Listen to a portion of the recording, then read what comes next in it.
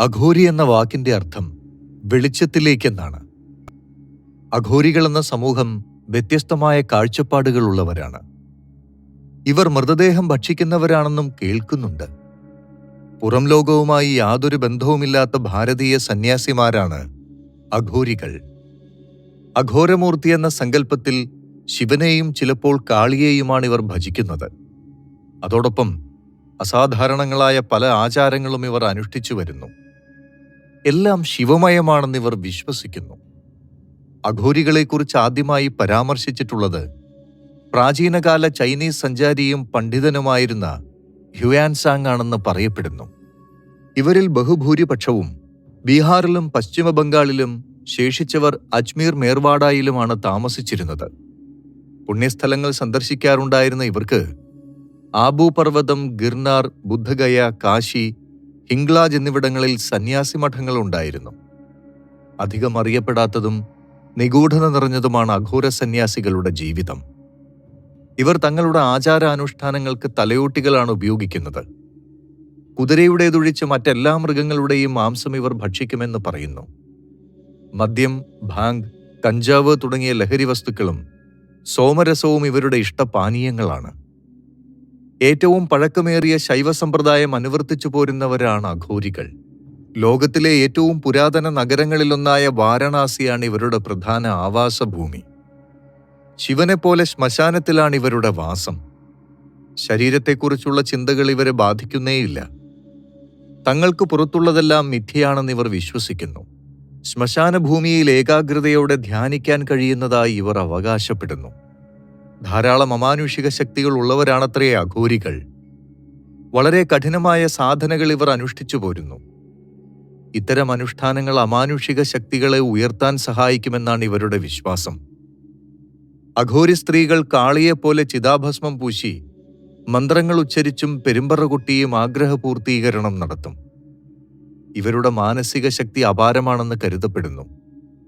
മന്ത്രതന്ത്ര സിദ്ധികൾ കൈവരിച്ച ഒരു സാധകന് ആകാശത്തിൽ നിന്ന് സൂര്യകിരണങ്ങളെ ആവാഹിച്ച് അഗ്നികുണ്ഠം ജ്വലിപ്പിക്കാൻ സാധിക്കുമത്രേ. ആകാശത്തിൽ മഞ്ഞുമഴ പെയ്യിക്കാനും മൂടൽമഞ്ഞുകൊണ്ട് മറ സൃഷ്ടിക്കുവാനും ഇവർക്ക് കഴിവുണ്ടെന്ന് പറയപ്പെടുന്നു. തീയിൽ കൂടി നടക്കുക, ആളിക്കത്തുന്ന അഗ്നിയിൽ കിടക്കുക, തൃശൂലത്താൽ ആഞ്ഞുകുത്തിയാലും രക്തം വരാതിരിക്കുക, ഇങ്ങനെ തുടങ്ങിയ വിദ്യകൾ ഇവർക്കറിയാമത്രേ. ഘടികാരം സ്തംഭിപ്പിക്കുക, വസ്ത്രം തനിയെ കീറുക, കത്തിക്കുക, ഒരാളുടെ ധമനികൾ പൊട്ടിച്ച് രക്തമൊഴുക്കുക തുടങ്ങിയ പ്രയോഗങ്ങളൊക്കെ ഇവർക്കാവുമെന്നാണ് പറയപ്പെടുന്നത്. ഇതൊക്കെ ഏകാഗ്രമാക്കിയ മനസ്സിന്റെ അപാരമായ മന്ത്രസിദ്ധികളുടെ ഫലമാണത്രേ. ഇച്ഛാശക്തിയും ക്രിയാശക്തിയും യോജിക്കുമ്പോൾ ഇതൊക്കെ സാധ്യമാണെന്നും അഘോരികൾ സമർത്ഥിക്കുന്നു. പരകായ പ്രവേശത്തിന് കഴിയുന്നവരും അഘോരികളിലുണ്ടെന്ന് പറയപ്പെടുന്നു. ആത്മാക്കളോട് സംസാരിക്കുവാനും ഇവർക്ക് സാധിക്കുമത്രേ. കുണ്ഡലിനി ശക്തിയെ ഉണർത്തുന്നതിൽ അപാരമായ പ്രാവീണ്യം നേടിയവരാണത്രേ അഘോരികൾ. അഘോരികളുടെ ജീവിതവുമായി ബന്ധപ്പെട്ട് ഭയപ്പെടുത്തുന്നതും അത്ഭുതപ്പെടുത്തുന്നതും ചിന്തിപ്പിക്കുന്നതുമായ നിരവധി കാര്യങ്ങളുണ്ട്. ഏറെ കൗതുകം നിറഞ്ഞ അഘോരി ജീവിതത്തിന്റെ നേർക്കാഴ്ചയിലേക്ക് നമുക്കൊന്ന് യാത്ര ചെയ്യാം.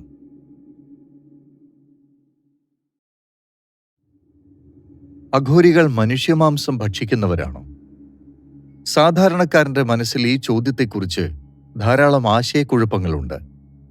അഘോരികളെക്കുറിച്ച് ലഭിക്കുന്ന മിക്കവാറും വിവരങ്ങളിലും വീഡിയോകളിലും മനുഷ്യമാംസം കഴിക്കുന്ന അഘോരികളെ കാണാൻ സാധിക്കും. യഥാർത്ഥ ജീവിതത്തിൽ അഘോരികളുടെ ഭക്ഷണക്രമം എന്താണ്? ഭക്ഷണക്രമം പരിശോധിക്കുമ്പോൾ വരുന്ന ആദ്യത്തെ ചോദ്യം, ശിവനെ ആരാധിക്കുന്നവർ മാംസം കഴിക്കുന്നത് ശരിയാണോ എന്നതാണ്. ഇല്ലെങ്കിൽ എന്തിനാണ് അഘോരികൾ മനുഷ്യമാംസം കഴിക്കുന്നത്? അതിനുള്ള ഉത്തരമാകാം, സതിയുടെ മരണശേഷം ശിവന് വിരക്തി വന്നു. അദ്ദേഹം ലോകത്തിൽ നിന്ന് തന്നെ പിന്മാറി. ഹിമവാന്റെ അല്ലെങ്കിൽ പർവ്വതങ്ങളുടെ രാജാവിന്റെ വീട്ടിലാണ് ആദിശക്തി ജനിച്ചത്. മകൾക്ക് പാർവതി എന്ന് പേരിട്ടു. കുട്ടിക്കാലം മുതൽ അവൾ ശിവനോട് ഇഷ്ടമുള്ളവളായിരുന്നു. അവൾ അവനെ തന്റെ വരനായി ആഗ്രഹിച്ചു. കഠിനമായ തപസ്സിലൂടെയോ തപസ്യയിലൂടെയോ മനുഷ്യരുടെ തലത്തിൽ നിന്ന് മഹാദേവന്റെ രൂപത്തിലേക്കും ആദിശക്തിയുടെ സ്ഥാനത്തേക്കും ഉയരാൻ അവൾ തീരുമാനിച്ചു. ദേവന്മാരും ഋഷികളും ശിവൻ അവളെ സ്വീകരിക്കണമെന്ന് ആഗ്രഹിച്ചു. എന്നിരുന്നാലും പാർവതിയെ സ്വീകരിക്കുന്നതിന് മുൻപ് ശിവന്റെ മനസ്സിൽ കുറച്ച് പരീക്ഷണങ്ങളും പാഠങ്ങളും ഉണ്ടായിരുന്നു. എന്തെന്നാൽ സതിയുടെ കാര്യത്തിൽ സംഭവിച്ചതുപോലെ പാർവതിയുടെ കാര്യത്തിൽ സംഭവിക്കരുത് എന്ന് അദ്ദേഹം കരുതി. ശിവപത്നിയുടെ മനസ്സിൽ അജ്ഞതയുടെ ഒരു ചെറിയ വിത്ത് പോലും ഉണ്ടാകരുതെന്ന് അദ്ദേഹം ആഗ്രഹിച്ചു. അങ്ങനെ വന്നാൽ അത് ലോകത്തിന് വിനാശകരമായിരിക്കും. അതിനാൽ പാർവതിയെ പരീക്ഷിക്കുന്നതിനായി തന്നോടൊപ്പം വരാൻ ശിവൻ സപ്തർഷികളോട് ആവശ്യപ്പെട്ടു. ഒരു ദിവസം അതിരാവിലെ പാർവതി തന്റെ ആരാധനാലയം വൃത്തിയാക്കി. അവൾ പൂജ ആരംഭിക്കാൻ പൂക്കൾ ശേഖരിക്കുകയായിരുന്നു. സപ്തർഷികൾക്കൊപ്പം അഘോരി വേഷത്തിലാണ് ശിവൻ വന്നത്. അഘോരികൾ കാട്ടിലൂടെ നടക്കുമ്പോൾ പാർവതി സ്ഥാപിച്ച ശിവലിംഗം അവർ കണ്ടു. അവർ ശിവലിംഗത്തിൽ പൂജ ചെയ്യാൻ തയ്യാറായി. പൂജ ചെയ്യാനെത്തിയ പാർവതി അഘോരികൾ തന്റെ ശിവലിംഗത്തിന് ചുറ്റും ഇരിക്കുന്നത് കണ്ടു. ശിവലിംഗം തന്റേതാണെന്നും അഘോരികൾ അവരുടെ സ്വന്തം ശിവലിംഗം ഉണ്ടാക്കണമെന്നും അവൾ വിനയത്തോടെ പറഞ്ഞു. ശിവന്റെയോ ശിവലിംഗത്തിന്റെയോ മേൽ ലോകത്ത് ആർക്കും അവകാശമില്ലെന്ന് അഘോരിയായ ശിവൻ പറഞ്ഞു. ശിവൻ എല്ലാവർക്കുമുള്ളതാണ്. ഇത്തരം അഹങ്കാരവും കൈവശാവകാശ ധാർഷ്ട്യവും പ്രകടിപ്പിക്കരുത്. ശിവനെ പ്രസാദിപ്പിക്കാമെന്ന് ആരെങ്കിലും വിചാരിച്ചാൽ അവർ അവനെ കുറച്ചെങ്കിലും മനസ്സിലാക്കണം. അങ്ങനെ പറഞ്ഞുകൊണ്ട് അഘോരി ശിവൻ പൂജ തുടർന്നു. അവൻ തന്റെ ഭാണ്ഡത്തിൽ നിന്ന് പച്ചമാംസം പുറത്തെടുത്ത് ശിവലിംഗത്തിൽ വെച്ചു.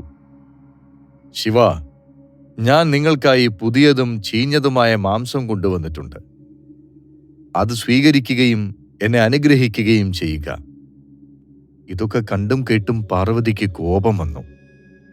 ശിവൻ ഒരിക്കലും ഇത്രയും നീചവും അധാർമികവുമായ വഴിപാട് സ്വീകരിക്കില്ലെന്ന് പാർവതി പറഞ്ഞു. ഇത് ശിവനെ അപമാനിക്കുന്നതാണ്. അഘോരി സ്വയം ശിവഭക്തനെന്ന് വിളിക്കുന്നത് ഉടൻ അവസാനിപ്പിക്കണം. അവൾ അയാളോട് ആക്രോശിച്ചു. അഘോരിയും വിട്ടുകൊടുക്കാൻ തയ്യാറായില്ല. വിവരമില്ലാത്ത ഈ പെൺകുട്ടി നിങ്ങളോടുള്ള എന്റെ സമർപ്പണത്തെ വെല്ലുവിളിക്കുകയാണ്. എന്റെ വഴിപാട് സ്വീകരിക്കാനും അവൾക്ക് സത്യം കാണിക്കാനും ഞാൻ നിങ്ങളോട് കൽപ്പിക്കുന്നു. അഘോരി ശിവലിംഗത്തോട് പറഞ്ഞു. അഘോരിയുടെ വാക്കുകൾ കേട്ട ഉടൻ ശിവലിംഗത്തിലെ മാംസം അപ്രത്യക്ഷമായി. ഇത് ശിവൻ വഴിപാടായി സ്വീകരിച്ചുവെന്ന് അഘോരി പറഞ്ഞു. ഇത് കണ്ട് പാർവതി ഞെട്ടിപ്പോയി. ശിവന്റെ യഥാർത്ഥ ഭക്തയാണെന്നുള്ള അവളുടെ അഭിമാനമെല്ലാം തകർന്നു. അഘോരികളോട് എതിർപ്പ് പ്രകടിപ്പിക്കാതെ അവൾ നിശബ്ദത പാലിച്ചു. നിനക്കിപ്പോൾ സ്വന്തം പൂജ ചെയ്യാം, അഘോരി പാർവതിയോട് പറഞ്ഞു. പാർവതി വൈദികാചാരപ്രകാരം പൂജ തുടങ്ങി. ജലമർപ്പിച്ചു. പഴവും പുഷ്പവുമൊക്കെ സമർപ്പിച്ചു. ശിവലിംഗം അവളുടെ പൂക്കൾ സ്വീകരിച്ചില്ല. തന്റെ ഭക്തിയുടെ ഫലം നൽകാനും പൂക്കൾ സ്വീകരിക്കാനും അവൾ ശിവലിംഗത്തോട് അഭ്യർത്ഥിച്ചുകൊണ്ടിരുന്നു. പക്ഷെ അത് നടന്നില്ല. അവൾ ആകെ തകർന്നു. എന്തുകൊണ്ടാണ് ശിവൻ മലിനമായ മാംസം സ്വീകരിച്ചതെന്നും ശുദ്ധമായ തന്റെ പൂക്കൾ നിരസിച്ചതെന്നും അവൾ അഘോരിയോട് ചോദിച്ചു. അതിനുത്തരം പറഞ്ഞത് സപ്തർഷിമാരിൽ ഒരാളാണ്. ശുദ്ധവും അശുദ്ധവും മനസ്സിന്റെ സൃഷ്ടികളാണ്. ശിവൻ തന്നെയാണ് എല്ലാം സൃഷ്ടിച്ചത്. പിന്നെ എങ്ങനെ അത് അശുദ്ധമാകും? പ്രകൃതിയുടെ ക്രമം എങ്ങനെ തെറ്റാകും? വൃത്തിയാക്കി കുളിക്കുമ്പോൾ ശുദ്ധനാകുമെന്ന് നിങ്ങൾ കരുതുന്നു. എന്നാൽ ഓരോ നിമിഷവും നിങ്ങളുടെ ശരീരത്തിനുള്ളിൽ രൂപപ്പെടുന്ന വിയർപ്പിന്റെയും മലത്തിന്റെയും കാര്യമോ? മാംസത്തെ മലിനമെന്ന് നിങ്ങൾ പറയുന്നു. നമ്മുടെ ശരീരം മാംസം കൊണ്ടല്ലേ നിർമ്മിച്ചിരിക്കുന്നത്? മാംസഭുക്കുകളെയും ശിവൻ തന്നെ സൃഷ്ടിച്ചതല്ലേ? ശരിയായ ക്രമമുള്ളതായി ഒന്നുമില്ല. ഈ ലോകത്തുള്ളതെല്ലാം ശിവന്റേതാണ്. അങ്ങനെയെങ്കിൽ എന്തും അശുദ്ധമാണെന്ന് നിങ്ങൾക്ക് എങ്ങനെ ചിന്തിക്കാനാകും? നല്ലതും ചീത്തയുമുള്ള നിങ്ങളുടെ അനുമാനത്താൽ നിങ്ങൾക്ക് ശിവനെ പ്രസാദിപ്പിക്കാൻ കഴിയുമെന്ന് തോന്നുന്നുണ്ടോ? എങ്കിൽ ശിവനെ നല്ലതും ചീത്തയുമായി വിഭജിച്ച് നിങ്ങൾ അവനെ അപമാനിക്കുകയാണ്. ഈ ലോകത്തിലെ നല്ലതും ചീത്തയും വൃത്തികെട്ടതുമെല്ലാം ശിവന്റെ ഭാഗമാണ്. ശിവൻ എപ്പോഴും സത്യവും ഐശ്വര്യവും മനോഹരവുമാണ്. സത്യം, ശിവം, സുന്ദരം. ശരി, തെറ്റ്, നന്മ, തിന്മ, ശുദ്ധം, അശുദ്ധം എന്നിങ്ങനെയുള്ള നിങ്ങളുടെ അനുമാനങ്ങൾ ഉപേക്ഷിക്കാതെ നിങ്ങൾക്കവനെ നേടാനാവില്ല. ഈ വാക്കുകൾ കേട്ട പാർവതിക്ക് മറുപടിയൊന്നും പറയുവാനുണ്ടായിരുന്നില്ല. അവൾ തിരികെ നടന്നു. ഒരു അഘോരി ഒരു ആവശ്യം ഉന്നയിക്കുമ്പോൾ ബ്രഹ്മാവും വിഷ്ണുവും മഹേശ്വരനും പോലും അവന്റെ ആഗ്രഹമനുസരിക്കാൻ അവരുടെ എല്ലാ നിയമങ്ങളും ലംഘിക്കുന്നുവെന്ന് പറയപ്പെടുന്നു. അഘോരി ഒരു ശ്മശാനത്തിൽ താമസിക്കുന്ന ഒരുവൻ മാത്രമല്ല. ഈ ലോകത്തിലെ നല്ലതോ ചീത്തയോ ആയ എല്ലാം സ്വീകരിച്ചവനാണ് അഘോരി. അവൻ ലോകവുമായി ഒന്നായി തീർന്നു. ഒരു ദിവസം കുളിക്കാതിരിക്കുക, മാംസം കഴിക്കുക തുടങ്ങിയവ അവന്റെ ധാർമ്മികതയെയും മതത്തെയും ബാധിക്കില്ല. കാരണം ശിവനെപ്പോലെ ഒരു അഘോരി 3 ഗുണങ്ങൾക്ക് മുകളിൽ ഉയർന്നു. ശിവൻ തന്നെ ഒരു അഘോരിയിൽ വസിക്കുന്നു. അഘോരികൾ മനുഷ്യമാംസം മാത്രമാണ് കഴിക്കുന്നത് എന്ന വാദം തെറ്റാണ് എന്ന് നിങ്ങൾക്കിപ്പോൾ മനസ്സിലായില്ലേ? അഘോരികൾക്ക് എന്തും ഭക്ഷണമായി സ്വീകരിക്കാൻ കഴിയും. അതിൽ വർജ്യമായി ഒന്നുമില്ല. മഹത്തായ മാംസങ്ങളായി കണക്കാക്കുന്ന 5 തരം മാംസങ്ങളുണ്ട്. ഇവ മത്സ്യം, പന്നി, കാക്ക, കഴുകൻ, മനുഷ്യൻ എന്നിവയാണ്. ഒരു അഘോരി ജീവിതത്തിൽ ഒരിക്കലെങ്കിലും ഈ മാംസങ്ങൾ ഓരോന്നും കഴിക്കണം. രണ്ടാമതായി, ഒരു കൂട്ടം അഘോരികൾ നടത്തുന്ന ഒരു പ്രത്യേക ചടങ്ങിനിടെ ഒരു അഘോരി മറ്റ് പങ്കാളികൾക്ക് എന്തെങ്കിലും വാഗ്ദാനം ചെയ്താൽ എല്ലാവരും അത് കഴിക്കേണ്ടി വരും. അതെന്തുമാകാം, അതിൽ മനുഷ്യമാംസവും ഉൾപ്പെടുന്നു എന്ന് തന്നെ. ഈ മാംസങ്ങളിൽ ഓരോന്നിനും അതിൻ്റെതായ പ്രാധാന്യമുണ്ട്. ആ വിശദാംശങ്ങളിലേക്ക് ഇവിടെ പോകാൻ ഞാൻ ആഗ്രഹിക്കുന്നില്ല. അഘോരികൾക്ക് ജീവിതത്തിൽ 1-2 പ്രാവശ്യം മാത്രമേ മനുഷ്യമാംസം കഴിക്കാൻ കഴിയൂ എന്നതാണ് കാര്യത്തിന്റെ കാതൽ. ശ്മശാനത്തിൽ ഈ നാടകം നടത്തുന്നവർ അഘോരികളല്ല, പണത്തിന് വേണ്ടി മാത്രം ചെയ്യുന്ന വ്യാജന്മാരാണ്. മറ്റൊരു കാര്യം, ഈ പ്രത്യേക ആചാരങ്ങൾ ശ്മശാന സ്ഥലങ്ങളിൽ അപൂർവമായി മാത്രമേ നടക്കൂ. നഗരത്തിലെ ശ്മശാന സ്ഥലങ്ങൾ ചോദ്യം ചെയ്യപ്പെടില്ല. ഇവയിലേതെങ്കിലും ഒരു ശ്മശാന സ്ഥലത്ത് സംഭവിച്ചാലും ആ ശ്മശാനം തീർച്ചയായും ആർക്കും ലഭ്യമല്ല. ഒരു അഘോരിക്കൊരു ശവശരീരം ആവശ്യമുണ്ടെങ്കിൽ അത് പ്രകൃതിയാണ് അവന് നൽകുന്നത്. അയാൾ നദിക്കരയിൽ കാത്തുനിന്നാൽ മതി, ഒരു മൃതദേഹം ഒഴുകി വരും.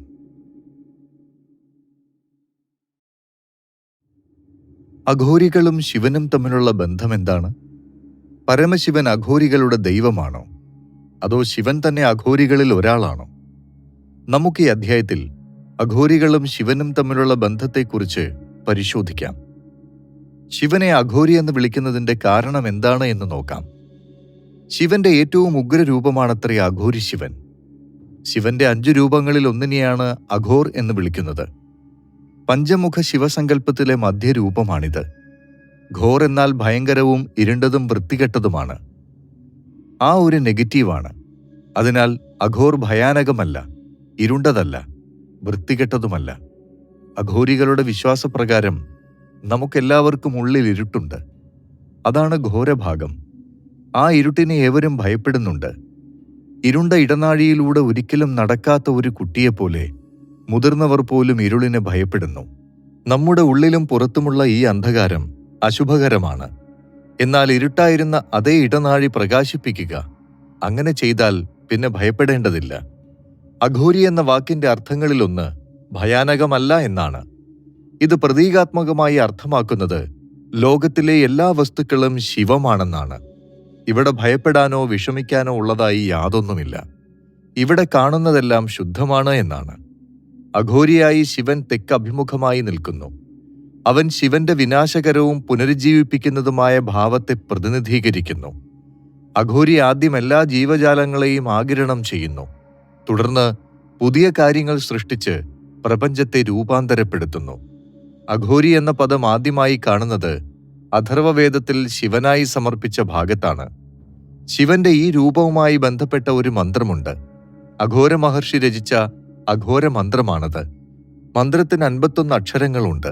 അഘോരികൾ ശിവന്റെ ജീവിക്കുന്ന പ്രതീകങ്ങളാണെന്നാണ് കരുതപ്പെടുന്നത്. അഘോരി വിശ്വാസമനുസരിച്ച് ലോകത്തിലുള്ള ആളുകളെല്ലാം വികാരങ്ങളും ആഗ്രഹങ്ങളുമുള്ള ശവ അഥവാ മൃതദേഹമാണ്. അവർ ശിവമായി തീരുന്നതിലൂടെ ഈ വികാരങ്ങളെ മറികടക്കാൻ ശ്രമിക്കണം. അഘോർ പാരമ്പര്യത്തിന്റെ വേരുകൾ അന്വേഷിച്ചു പോയാൽ ശിവന്റെ അവതാരമായ ദത്താത്രേയനിലാകും ചെന്നെത്തുക. 3 തലകളും ഒരുടലും 6 കൈകളും 2 കാലുകളുമുള്ള അപൂർവ തേജസ്സാണ് ദത്താത്രേയൻ. ത്രിമൂർത്തികളുടെ അംശങ്ങൾ ചേർന്നതുകൊണ്ടാണ് 3 തലകൾ ഉണ്ടായതത്രേ. നിങ്ങൾക്ക് ആ രസകരമായ കഥയറിയാമോ? സപ്തർഷികളിൽ പ്രമുഖനായ അത്രി മഹർഷിയുടെ ഭാര്യ അനസൂയ പതിവ്രതാരത്നമായിരുന്നു. ശിവൻ, ബ്രഹ്മാവ്, വിഷ്ണു എന്നിവർക്ക് തുല്യനായ പുത്രനുണ്ടാവാനായി അനസൂയ കഠിനതപം ചെയ്തിരുന്നു. പാർവതി, ലക്ഷ്മി, സരസ്വതി എന്നിവർക്ക് അനസൂയയോട് അല്പം അസൂയ തോന്നി. അതുകൊണ്ട് അനസൂയയുടെ പാതിവൃത്യം പരീക്ഷിക്കാനായി നൂലിഴ പോലും ധരിക്കാതെ ഭിക്ഷ നൽകാൻ ആവശ്യപ്പെടണമെന്ന് ഭർത്താക്കന്മാരായ ത്രിമൂർത്തികളോട് അവർ ആവശ്യപ്പെട്ടു. സന്യാസവേഷം ധരിച്ച് ഭിക്ഷ ചോദിച്ചെത്തിയ ത്രിമൂർത്തികളുടെ ആവശ്യം നിരാകരിക്കാൻ അനസൂയയ്ക്കായില്ല. പക്ഷേ 3 പുരുഷന്മാരുടെ മുന്നിൽ എങ്ങനെ നഗ്നയാകും? അവൾ ദൈവതുല്യനായി കരുതിയ ഭർത്താവിന് പ്രാർത്ഥിച്ചു. അതിനുശേഷം അവൾ ഭർത്താവിന്റെ കാൽ കഴുകുന്ന ജലമെടുത്ത് സന്യാസവേഷധാരികളുടെ മേൽ തളിച്ചു. അനസൂയയുടെ പാതിവൃത്യ ശക്തി മൂലം മൂവരും പിഞ്ചു കുഞ്ഞുങ്ങളായി. അതോടെ അനസൂയയുടെ മുലകളിൽ പാൽ നിറഞ്ഞു. അതവൾ കുഞ്ഞുങ്ങളെ ഊട്ടി. ഇതോടെ 2 കാര്യങ്ങൾ സാധിച്ചു. നഗ്നയായി ഭിക്ഷയും നൽകി, ത്രിമൂർത്തികളെ കുഞ്ഞുങ്ങളായും ലഭിച്ചു. അത്രി മഹർഷി വന്നയുടനെ കുഞ്ഞുങ്ങളെ കണ്ട് സന്തോഷത്തോടെ കെട്ടിപ്പിടിച്ചു. അപ്പോൾ 3 കുഞ്ഞുങ്ങളും ചേർന്ന് ഒരു കുഞ്ഞായി മാറി. ഒരു തലയും 6 കൈകളും 2 കാലുകളുമുള്ള രൂപമായി മാറി. ത്രിമൂർത്തികൾ സ്വന്തം രൂപത്തിൽ പ്രത്യക്ഷപ്പെട്ട ശേഷം ഈ കുഞ്ഞ് ദത്താത്രേയൻ എന്നറിയപ്പെടുമെന്നും അവനിൽ ത്രിമൂർത്തികളുടെ തേജസ് ഉണ്ടായിരിക്കുമെന്നും അരുളി ചെയ്തു. അഘോര പാരമ്പര്യം ജഗദ്ഗുരു ദത്താത്രേയ മുന്നോട്ട് വച്ചതാണ് എന്ന് വിശ്വസിക്കുന്നു. 16ാം നൂറ്റാണ്ടിൽ മഹാനായ സന്യാസി ബാബ കിനാറാം അവയെ കൂടുതൽ വിശാലമാക്കി. ഇന്ത്യയിലെ ചന്ദൌലിയിൽ ജനിച്ച ഒരു അഘോരി സന്യാസിയായിരുന്നു ബാബ കിനാറാം. ബാബ കിനാറാം പിന്നീട് വിശുദ്ധ നഗരമായ വാരണാസിയിൽ സ്ഥിരതാമസമാക്കി. അഘോര തത്വങ്ങളെക്കുറിച്ചുള്ള ഏറ്റവും ആധികാരികമായ ഗ്രന്ഥമായി ഇപ്പോൾ അംഗീകരിക്കപ്പെട്ടിരിക്കുന്ന വിവേക് സർ എന്ന പുസ്തകം എഴുതിയത് അദ്ദേഹമാണ്. വിവേക് സറിന്റെ ഉള്ളടക്കം ഭഗവാൻ ദത്താത്രേയനാണ് തനിക്ക് വെളിപ്പെടുത്തിയതെന്ന് അദ്ദേഹം അവകാശപ്പെടുന്നു. ഈ വെളിപാടിലൂടെ ലോകം മുഴുവനും, പ്രപഞ്ചം മുഴുവനും ഓരോ മനുഷ്യ ശരീരത്തിലും സ്ഥിതി ചെയ്യുന്നതായി അദ്ദേഹം കണ്ടു. എല്ലാ അർത്ഥത്തിലും ഒരു വിശാലമായ ലോകം. ബാബ കിനാറാം പിന്നീട് വാരണാസിയിൽ ക്രിംകുണ്ഡ് എന്ന പേരിൽ ഒരു ആശ്രമം സ്ഥാപിച്ചു. അഘോരികൾ ശിവനെ എല്ലാ ജീവജാലങ്ങളിലും കാണുന്നു. അവർ അതല്ലാതെ രണ്ടാമതൊന്നും കാണുന്നില്ല. അതാണ് സത്യം. എല്ലാ വ്യക്തിയുടെയും ആത്മാവ് ശിവൻ തന്നെയാണെന്ന് അഘോരികൾ വിശ്വസിക്കുന്നു. എന്നാൽ ഇന്ദ്രിയ സുഖം, കോപം, അത്യാഗ്രഹം, ആസക്തി, ഭയം, വിദ്വേഷം എന്നിവ ഉൾപ്പെടെയുള്ള 8 വലിയ കുരുക്കുകൾ കൊണ്ട് മൂടിയിരിക്കുന്നു. ഈ ബന്ധനങ്ങൾ നീക്കം ചെയ്യുക എന്നതാണ് മോക്ഷത്തിനുള്ള വഴിയെന്ന് അഘോരികൾ വിശ്വസിക്കുന്നു. ഈ അഷ്ടപാശങ്ങളിൽ നിന്ന് മോചിതനാകുമ്പോൾ എല്ലാവരും മഹാദേവനായി മാറുന്നു എന്നാണ് അഘോരികളുടെ വിശ്വാസം. അഘോരികൾ ശിവനെ മാതൃകയാക്കുന്നത് എങ്ങനെയാണ് എന്ന് നോക്കാം. അഘോരികളും പരമശിവനെ പോലെ ഉപേക്ഷിക്കപ്പെട്ടതും അവഗണിക്കപ്പെട്ടതുമായ എല്ലാത്തിനെയും ജീവിതത്തിന്റെ ഭാഗമാക്കുന്നു. ശിവൻ ശ്മശാനത്തിലെ ഏകാന്തതയിൽ കഴിഞ്ഞിരുന്നു. അഘോരികൾ ശ്മശാന സ്ഥലങ്ങളിൽ താമസിക്കുന്നു. ചാരവും പുകയും ദേഹത്ത് പുരട്ടുന്നു. അവർ കത്തുന്ന ചിതയിൽ നിന്ന് മാംസം കഴിക്കുകയും ചെയ്യുന്നു. അഘോരികൾ പുനർജന്മ ചക്രത്തിൽ നിന്ന് മോക്ഷം തേടുന്നവരാണ്. ശിവന്റെ പ്രതീകമായി അഘോരി സന്യാസി സ്വയം കണക്കാക്കുന്നു. അവൻ നഗ്നനായി കാണപ്പെടുന്നു, അല്ലെങ്കിൽ ശവത്തിന്റെ ആവരണം ധരിക്കുന്നു. ശ്മശാനത്തിന്റെ ചാരത്തിൽ സ്വയം മൂടുന്നു. ഒരു സാധാരണ ബ്രാഹ്മണനെ സംബന്ധിച്ച് ഇതെല്ലാം അവന്റെ വിശ്വാസങ്ങൾക്കെതിരാകും. ചിലപ്പോൾ ക്രൂരമായ പ്രവർത്തനങ്ങളിൽ അഘോരികൾ ഏർപ്പെടാറുണ്ടത്രേ. അത് പക്ഷെ അവരുടെ ദ്വൈതമല്ലാത്ത വിശ്വാസങ്ങളുടെ പ്രതീകങ്ങളാണ്. അഘോരി ശവശരീരത്തിൽ ധ്യാനിക്കാറുണ്ട്.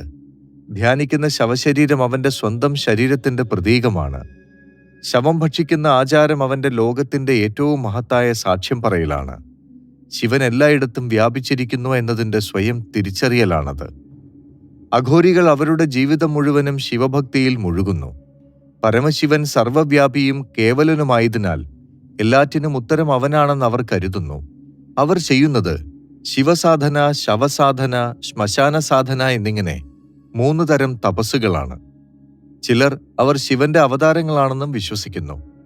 എങ്ങനെയാണോ പരമശിവൻ മറ്റു ദൈവങ്ങളിൽ നിന്ന് വ്യത്യസ്തനായത്, അതുപോലെ അഘോരികൾ മറ്റു സാധുമാരിൽ നിന്ന് അഥവാ സന്യാസിമാരിൽ നിന്നും തികച്ചും വ്യത്യസ്തരാണ്. അവർ വികാരരഹിതരാകാൻ പരിശീലനം നേടിയവരാണ്.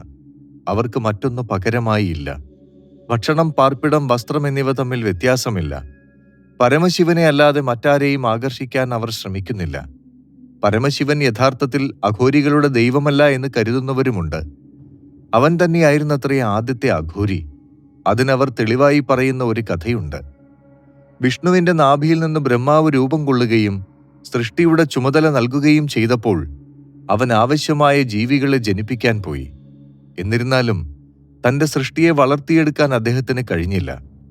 അതിനാൽ ജീവനുള്ള ലോകം സൃഷ്ടിക്കാൻ ബ്രഹ്മാവിനെ സഹായിക്കുന്നതിന് തന്റെ സ്ത്രീത്വം ഉപേക്ഷിക്കാൻ ഭക്തിപൂർവം ശിവനോട് വിഷ്ണു അഭ്യർത്ഥിച്ചു. ശിവൻ സമ്മതിക്കുകയും തന്റെ സ്ത്രീലിംഗം ഉപേക്ഷിക്കുകയും ചെയ്തു. ശിവന്റെ പുരുഷവശം പ്രപഞ്ചത്തിൽ പൂർണ്ണമായും നഷ്ടപ്പെട്ടു. അങ്ങനെ അവൻ അഘോരിയായി. ഇത് അദ്ദേഹത്തിന്റെ അടിസ്ഥാന രൂപങ്ങളിൽ ഒന്നാണ്. അതിനാൽ ശിവൻ ലോകത്തിലെ ആദ്യത്തെ അഘോരിയാണ്. പിന്നീട് ശിവന്റെ ആ കാൽപ്പാടുകൾ പിന്തുടരുന്നവർ തങ്ങളെ അഘോരികളെന്ന് വിളിച്ചു. ആയിരക്കണക്കിന് വർഷം പാരമ്പര്യം അവകാശപ്പെടാനുള്ള ഹിന്ദുമതത്തിലെ ഒരു വിഭാഗമാണ് അഘോരികൾ. അഘോരി സന്യാസികൾ സാധാരണയായി സാധുക്കൾ എന്ന പേരിലാണ് അറിയപ്പെടുന്നത്. സംസ്കൃതത്തിൽ സാധുക്കൾ എന്നാൽ വിശുദ്ധരെന്നാണ് അർത്ഥം. മറ്റെല്ലാ സന്യാസി സമൂഹങ്ങളെപ്പോലെയും മോക്ഷത്തിന് വേണ്ടിയാണ് ഇവരുടെയും ജീവിതം. മറ്റുള്ളവരിൽ നിന്നും തികച്ചും വ്യത്യസ്തമായ ജീവിത രീതിയും വിശ്വാസരീതിയുമാണ് അഘോരികളുടേത്. ജ്ഞാനോദയത്തിലേക്ക് പാരമ്പര്യേതരമായ വഴിയാണ് ഇവർ പിന്തുടരുന്നത്. ഇത്തരത്തിലുള്ള രീതികൾ സാധാരണ ഹിന്ദു വിശ്വാസികളെ സംബന്ധിച്ചിടത്തോളം വ്യത്യസ്തമാണ്. അവർക്കൊരിക്കലും യോജിക്കാൻ കഴിയാത്തതാണിത്. ഭാരതത്തിലെ സന്യാസി സമൂഹത്തിൽ ആചാരങ്ങളിലും അനുഷ്ഠാനങ്ങളിലും ഇവർ വേറിട്ടു നിൽക്കുന്നു. ഭയപ്പെടുത്തുന്ന രീതിയിലുള്ള ജീവിത രീതികളാണ് ഇവർ പിന്തുടരുന്നത്. എന്നിരുന്നാലും അഘോരികൾ പലരിലും ഏറെ ബഹുമാനമർഹിക്കുന്ന സന്യാസി സമൂഹമാണ്. ഈ അധ്യായത്തിൽ നമുക്ക് അഘോരികളുടെ ജീവിതശൈലിയെപ്പറ്റിയും വിശ്വാസങ്ങളെക്കുറിച്ചും കൂടുതൽ ചർച്ച ചെയ്യാം. അഘോരികൾക്ക് ലോകപ്രശസ്തി നേടിക്കൊടുത്തത് അവരുടെ ആചാരങ്ങൾ തന്നെയാണെന്ന് പറയാം. ഈ ആചാരങ്ങൾ ഇവിടെ ആരംഭിച്ചത് 17-ാം നൂറ്റാണ്ടിലാണത്രേ. അന്ന് ജീവിച്ചിരുന്ന ബാബ കിനാറാമാണ് ഇവരുടെ ആചാരങ്ങൾ രൂപപ്പെടുത്തിയതെന്ന് വിശ്വസിക്കപ്പെടുന്നു. അദ്ദേഹം 170 വയസ്സുവരെ ജീവിച്ചിരുന്നു എന്നാണ് പറയപ്പെടുന്നത്. മരണശേഷം കിനാറാമിനെ വാരണാസിയിൽ അടക്കം ചെയ്തു. അഘോരികളെ സംബന്ധിച്ചിടത്തോളം വിശുദ്ധ നഗരമായി പരിഗണിക്കുന്നത് വാരണാസിയാണ്. അഘോരികൾ ശിവഭക്തരാണ്. ശിവനെ ആരാധിക്കുമ്പോഴും മഹാകാലനും മരണത്തിന്റെ ദേവതയായ ശക്തിയും കാളിയുമൊക്കെ ഇവരുടെ ആരാധനയുടെ ഭാഗമാകുന്നു. അഘോരികൾ സാധാരണയായി ശ്മശാനത്തിലാണ് വസിക്കുന്നത്. ഇവരെ ഏറ്റവും കൂടുതലായി കാണപ്പെടുന്നത് വാരണാസിയിലാണെങ്കിലും ഹിമാലയത്തിലെ തണുത്ത ഗുഹകളിലും ബംഗാളിലെ കാടുകളിലും ഗുജറാത്തിലെ മരുഭൂമികളിലുമൊക്കെ ഇവരെ കാണാറുണ്ട്. സന്യാസികളായിട്ടും അഘോരികൾ ഹിന്ദുമതത്തിൽ നിന്ന് ഏറെ അകന്നാണ് നിൽക്കുന്നത്. ഹിന്ദു ആചാരങ്ങളിൽ ഇവർ വിശ്വസിക്കുന്നില്ല. അഘോരി വിശ്വാസങ്ങളും ആചാരങ്ങളും അനുസരിച്ച് മുന്നോട്ടു പോകുന്നതിലൂടെ മോക്ഷത്തിലേക്ക് വളരെ പെട്ടെന്ന് എത്തിച്ചേരാമെന്ന് അവർ വിശ്വസിക്കുന്നു. ഇത്തരത്തിലുള്ള ആചാരങ്ങളിൽ ഏർപ്പെടുമ്പോൾ വേഗത്തിലുള്ള ആത്മീയ പുരോഗതി ഉണ്ടാകുമെന്നാണ് അവർ പറയുന്നത്. അഘോരികളുടെ ഏറ്റവും പ്രധാനപ്പെട്ട ആചാരങ്ങളിലൊന്ന് മനുഷ്യമാംസം ഭക്ഷിക്കുന്നു എന്നതാണ്. അവരെ ഏറ്റവും അധികം പ്രശസ്തരാക്കിയതോ കുപ്രശസ്തരാക്കിയതോ ഈ ആചാരമാണെന്ന് പറയാം. ഒരു കാര്യം എടുത്തു പറയേണ്ടതുണ്ട്. അഘോരികൾ നരഭോജികളെപ്പോലെ ഭക്ഷണത്തിനായി ആരെയും കൊല്ലാറില്ല. ശ്മശാനങ്ങളിൽ നിന്നും ലഭിക്കുന്ന മൃതശരീരങ്ങളാണ് അവർ ആഹാരമാക്കാൻ ഉപയോഗിക്കുക. മനുഷ്യമാംസം സംസ്കരിക്കാതെ തന്നെ അവർ ഭക്ഷിക്കുന്നു. മനുഷ്യ സമൂഹം ഉണ്ടാക്കിയിരിക്കുന്ന പൊതുധാരണകളുടെ ലംഘനമാണ് അവർ ഈ പ്രവൃത്തികളിലൂടെ ചെയ്യുന്നതെന്ന് വേണമെങ്കിൽ പറയാവുന്നതാണ്. ആരോഗ്യപരം അനാരോഗ്യപരം എന്നുള്ള വേർതിരിവുകളൊക്കെ അവർ ഇതിലൂടെ തെറ്റിക്കുന്നു. സൗന്ദര്യം കിട്ടുന്നത് അല്ലാത്തത് എന്നൊക്കെയുള്ള തിരിവിനെയും അവർ ഇല്ലാതെയാക്കുന്നു. വിവസ്ത്രരായി നടക്കുക എന്നുള്ളത് അഘോരികളുടെ മറ്റൊരു ആചാരമാണ്. അഘോരികൾ പല സമയങ്ങളിലും പൂർണ്ണ നഗ്നരായി ചുറ്റി നടക്കുന്ന വിധത്തിൽ കാണപ്പെടാറുണ്ട്. മറ്റെല്ലാ വികാരങ്ങളെയും പോലെ നാണക്കേട് എന്ന വികാരത്തെയും ത്യജിക്കാനാണ് അവർ ഇത്തരത്തിൽ ചെയ്യുന്നത് എന്ന് പറയപ്പെടുന്നു. വസ്ത്രം ഉപേക്ഷിക്കുന്നത് ലോകത്തിലെ മറ്റനേകം സുഖസൗകര്യങ്ങളെയും ത്യജിക്കുന്നത് പോലെയുള്ള കാര്യമായി തന്നെയാണ് അവർ കരുതുന്നത്. അഘോരികൾ മനുഷ്യദേഹം ദഹിപ്പിച്ച ഭസ്മം ദേഹമാസകലം പുരട്ടാറുണ്ട്. ശിവനോടുള്ള അനുകരണമായിട്ടാണിത് ചെയ്യുന്നത്. ശരീരം ദഹിപ്പിച്ച ചാരത്തിൽ മേലാസകലം ആണ്ടിരിക്കുന്നത് ആരോഗ്യം വർദ്ധിക്കുന്നതിന് കാരണമാകുന്നു എന്നവർ വിശ്വസിക്കുന്നു. തലയോട്ടി പിടിച്ചു നിൽക്കുന്ന അഘോരി ഏറെ പ്രശസ്തമായിട്ടുള്ള ഒരു ചിത്രമാണ്. അവരുടെ ജീവിതത്തിൽ മനുഷ്യന്റെ തലയോട്ടിക്ക് വളരെ പ്രാധാന്യമുണ്ട്. എല്ലാ അഘോരികളും തങ്ങളുടെ അടയാളമായി കയ്യിൽ കരുതുന്ന ഒന്നാണ് മനുഷ്യന്റെ തലയോട്ടി. അവർ ഭക്ഷണം കഴിക്കുന്നതിനും വെള്ളം കുടിക്കുന്നതിനുമൊക്കെ ഈ തലയോട് ഉപയോഗിക്കുന്നു. അതോടൊപ്പം തന്നെ പശുവും പട്ടിയും അടക്കമുള്ള മറ്റ് മൃഗങ്ങളുമായിട്ടും ഈ തലയോട്ടി അവർ പങ്കുവയ്ക്കാറുണ്ട്. ഐതിഹ്യമനുസരിച്ച് ശിവൻ ഒരിക്കൽ ബ്രഹ്മാവിന്റെ ഒരു തല അറുത്തുമാറ്റി. അതിനാൽ ശിവനെ അനുകരിക്കാൻ ആഗ്രഹിക്കുന്ന അഘോരികൾ തങ്ങളോടൊപ്പം മനുഷ്യ തലയോട്ടികളും വഹിക്കുന്നു. മരണശേഷം മരിച്ചയാളുടെ ജീവശക്തി തലയോട്ടിയുടെ മുകളിൽ പറ്റിപ്പിടിച്ചിരിക്കുമെന്നാണ് ഇവരുടെ വിശ്വാസം. ഈ വിശ്വാസത്തെ തുടർന്നാണ് അഘോരികൾ മനുഷ്യ തലയോട്ടികൾ സൂക്ഷിക്കുന്നതെന്നും അഭിപ്രായമുണ്ട്. കൂടാതെ ചില മന്ത്രങ്ങളും വഴിപാടുകളും, പ്രത്യേകിച്ച് മദ്യം ഉപയോഗിക്കുന്നതിലൂടെ മരിച്ചയാളുടെ ആത്മാവിനെ വിളിക്കാനും അതിൻ്റെ മേൽ നിയന്ത്രണം നേടാനും അവർക്ക് കഴിയുമെന്ന് അഘോരികൾ വിശ്വസിക്കുന്നു. മതമോ ജാതിയോ വർണ്ണമോ വർഗമോ രാഷ്ട്രീയമോ അനുസരിച്ചുള്ള യാതൊരുവിധ വേർതിരിവുകളും അഘോരികളുടെ ജീവിതത്തിലില്ല. അവരുടെ ആചാരങ്ങളിൽ വളരെ പ്രധാനപ്പെട്ട ഒന്നാണ് മൃതശരീരങ്ങളുമായി ലൈംഗിക ബന്ധത്തിൽ ഏർപ്പെടുക എന്നുള്ളത്. ഇങ്ങനെ ചെയ്യുമ്പോൾ തങ്ങൾക്ക് അമാനുഷികമായ ശക്തി ലഭിക്കുമെന്നാണ് അവർ വിശ്വസിക്കുന്നത്. അങ്ങനെ ധാരാളം അമാനുഷിക ശക്തികൾ ഉള്ളവരാണത്രേ അഘോരികൾ. വളരെ കഠിനമായ സാധനകൾ ഇവർ അനുഷ്ഠിച്ചു പോരുന്നു. സാധനകളിൽ ഏർപ്പെടുന്നത് പോലെയുള്ള ഇത്തരം അനുഷ്ഠാനങ്ങൾ അമാനുഷിക ശക്തികളെ ഉയർത്താൻ സഹായിക്കുമെന്നാണ് അവരുടെ വിശ്വാസം. അഘോരി സ്ത്രീകൾ കാളിയെപ്പോലെ ചിതാഭസ്മം പൂശി മന്ത്രങ്ങൾ ഉച്ചരിച്ചും പെരുമ്പറ കൊട്ടിയും ആഗ്രഹപൂർത്തീകരണം നടത്തും. അഘോരികളുടെ മാനസിക ശക്തി അപാരമാണെന്ന് കരുതപ്പെടുന്നു. അഘോരികൾ പരമമായ സത്യത്തെ കാണാൻ ആഗ്രഹിക്കുന്നു. അതിലേക്ക് അവരുടേതായ മാർഗം അവർ തിരഞ്ഞെടുക്കുന്നു. അത് ചിലപ്പോൾ സാധാരണ ഹിന്ദു വിശ്വാസികളെ സംബന്ധിച്ചിടത്തോളം ഒരിക്കലും അംഗീകരിക്കാൻ സാധിക്കാത്തതാവാം. നമ്മളെല്ലാം ജീവിക്കുന്നത് ഇന്ദ്രിയങ്ങളാൽ സൃഷ്ടിക്കപ്പെട്ട ഒരു ഭൗതിക ലോകത്താണ്. ആ ലോകത്ത് നമുക്ക് ഓരോരുത്തർക്കും നമ്മുടേതായ വിശ്വാസ രീതികളുണ്ട്. അവയെക്കൊണ്ട് മോക്ഷം നേടിയെടുക്കുക എന്ന പരമമായ ലക്ഷ്യത്തിലേക്ക് എത്തിച്ചേരാൻ കഴിയില്ല എന്ന് അഘോരികൾ തിരിച്ചറിഞ്ഞിരിക്കുന്നു. പരമമായ സത്യത്തെ തിരിച്ചറിയുക എന്നുള്ളതാണ് ജീവിതത്തിന്റെ ലക്ഷ്യം. അതിനായി മിഥ്യാസങ്കല്പങ്ങളിൽ നിന്നും പുറത്തു വരേണ്ടിയിരിക്കുന്നു. അഘോരികളുടെ വിശ്വാസരീതികൾ അവരെ പരമമായ സത്യത്തിലേക്ക് അടുപ്പിക്കുന്നു എന്നവർ ഉറച്ചു വിശ്വസിക്കുന്നു. ശരിക്കും ആരാണ് അഘോരികൾ? നമ്മുടെ സംസ്കാരത്തിന്റെ ഭാവി കണ്ടറിഞ്ഞതിനാൽ നമുക്കവരെ വേണമെങ്കിൽ ദർശനക്കാർ എന്ന് വിളിക്കാം. മനുഷ്യജന്മത്തിന്റെ പരിമിതികളെ മനസ്സിലാക്കിയവരാണ് അഘോരികൾ. ആ പരിമിതികളെ മറികടക്കാനുള്ള വഴികൾ കണ്ടുപിടിക്കുക എന്നുള്ളതാണ് മനുഷ്യജന്മത്തിന്റെ കടമ എന്നവർ വിശ്വസിക്കുന്നുണ്ട്. അതിനായി എത്ര കഠിനമെങ്കിലും അവരുടേതായ വഴികൾ അവർ കണ്ടെത്തിയിട്ടുണ്ട്. പൊതുസമൂഹത്തിൽ അറിയപ്പെടുന്ന അഘോരി വിശ്വാസങ്ങളെക്കുറിച്ച് ഒരുപാട് എതിർപ്പുകളും സംശയങ്ങളും നിലനിൽക്കുന്നുണ്ട്. ഇവയെല്ലാം യാഥാർത്ഥ്യമാണെന്ന് വിശ്വസിക്കാനും വയ്യ. ഒരുപാട് മിഥ്യാധാരണകൾ അഘോരികളുടെ ജീവിതത്തെക്കുറിച്ച് സമൂഹത്തിലുണ്ട്. എന്നിരുന്നാലും ലോകത്തിലെ മനുഷ്യ സമൂഹത്തിന്റെ ചരിത്രമെടുക്കുമ്പോൾ വളരെ വ്യത്യസ്തമായിട്ടുള്ള ഒരു പാരമ്പര്യവും ആചാരവും അവകാശപ്പെടാവുന്നവരാണ് അഘോരികൾ.